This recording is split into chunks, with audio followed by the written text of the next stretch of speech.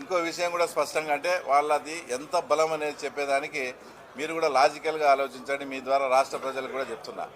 Repolling అడిగింది వాళ్ళే, తర్వాత 2 రీపోలింగ్ వచ్చినాయి. రీపోలింగ్ కన్నా ముందు పోలింగ్ అయింది ఒక బూత్లో 400 ఓట్లు పోల్ అయితే రీపోలింగ్ తర్వాత 350 ఓట్లు 360 ఓట్లు పోలైనాయి. అంటే వాళ్ళు మొత్తం ఊర్లలో దండవార వేపించి సోషల్ మీడియాలో పెట్టి ఈ ఎలక్షన్ మనం బాయ్కాట్ చేస్తున్నామని వాళ్ళు ఇష్టం వచ్చినట్లు ప్రచారం చేసినా కూడా కేవలం 40 ఓట్లు మాత్రమే ఆ తర్వాత తగ్గాయి. అంటే వాళ్ళ బలం 500 ఓట్లలో కేవలం వాళ్ళ మాట విని ఆబ్సెంట్ అయిన ఓట్లు వచ్చేసి 40 ఓట్లే.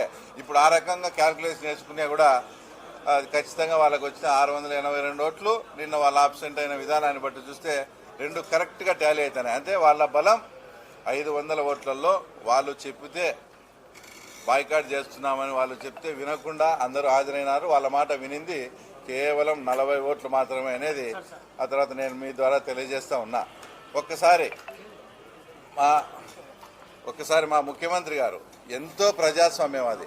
ప్రజాస్వామ్యం అంటే ఆయన పడి చచ్చే మనిషి. అలాంటి ప్రజాస్వామ్యవాది చేతనే అంతకుముందు ఎలక్షన్స్లో ఇదే జెడ్పీటీసీ ఎంపీటీసీ ఎలక్షన్స్లో ఆయన నోటి వెంటనే మేము ఎలక్షన్ బాయ్కాట్ అని అనిపించారంటే మీరు ఎంత అప్రజాస్వామ్యంగా వ్యవహరించినారో.